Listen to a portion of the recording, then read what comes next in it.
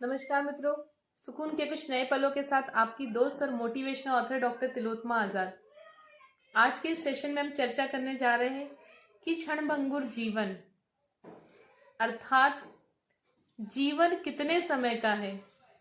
क्या आप बता सकते हैं कि जीवन कितने क्षणों का है? 5 साल, 10 साल, 20 साल, 50 साल? आप कितने साल जीवित रह सकते हैं? एक गुरु ने अपने शिष्यों से पूछा कि जीवन कितने समय का है, कितने क्षणों का है।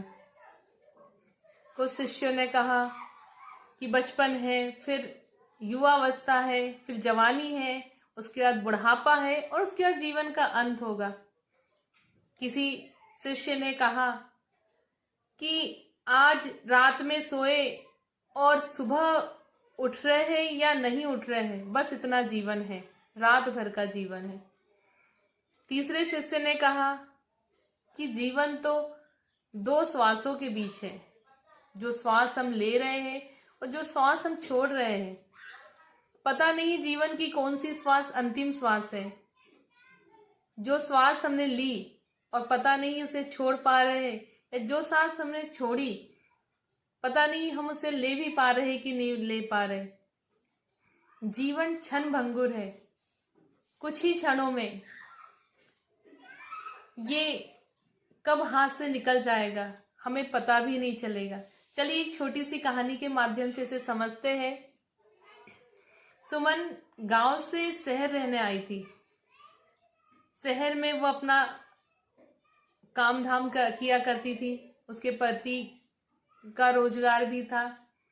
अचानक एक दिन सुमन ने अपने ससुराल कॉल किया, सासू माँ से खैरियत पूछी और आसपास के लोगों की खबर पूछी।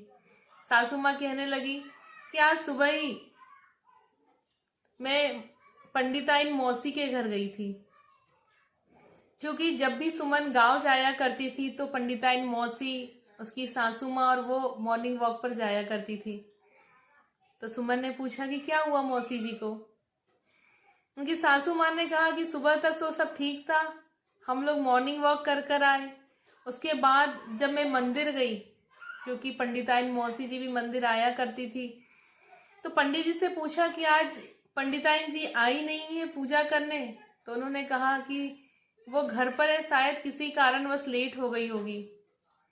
उस समय पंडिताइन मौसी के घर कोई भी नहीं था, उनके बेटे बहू शादी में गए हुए थे। सुमन की सासू माँ ने सोचा कि चलो मैं ही मिल आती हूँ पंडिताइन जी से, अगर कुछ काम हो तो साथ में करवा लूंगी, बेटे बहू है नहीं घर पर। जैसे ही सुमन की सासू माँ उनके घर पहुंची तो देखती है कि साड़ी लपेटते लपेटते एकदम उनके हाथ कांपने लगे। सुमन की सासू माँ पास में पहुंची। जैसे ही वो पास में पहुंची उतने में उनकी जबान लड़खड़ाने लगी और कहने लगी मुझे घबराहट हो रही है।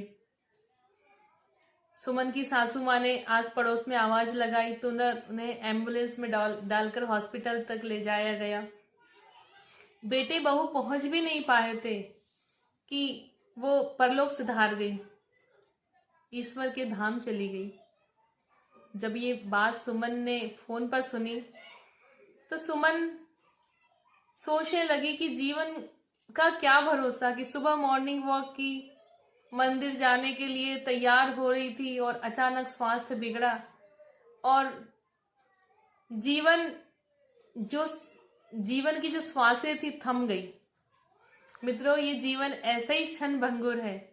हमें इस जीवन का उद्देश्य सिर्फ और सिर्फ इस संसार में ईश्वर की प्राप्ति है, क्योंकि जो माया हम कमा रहे हैं, जो घर बना रहे, जो बंगले गाड़ियां ले रहे, ये सब की सब यही छूट जाना है।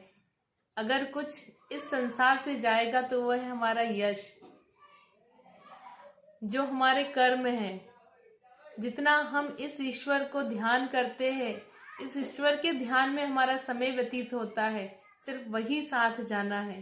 तो क्यों न हम इसी क्षण, इसी पल, इस क्षण भंगुर जीवन को अमर कर ले, इस निराकार की याद में अमर कर ले।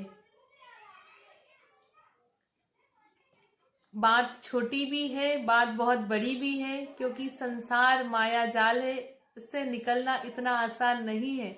लेकिन अगर हम चाहें तो ये सब संभव है। मित्रों, आज के लिए बस इतना ही। आपको मेरा ये वीडियो पसंद आए तो इसे लाइक, सब्सक्राइब और शेयर करना ना भूलिए। सुकून के कुछ नए पलों के साथ आपसे पुनः मुलाकात होगी। तब तक के लिए नमस्कार। जय हिंद, जय भारत।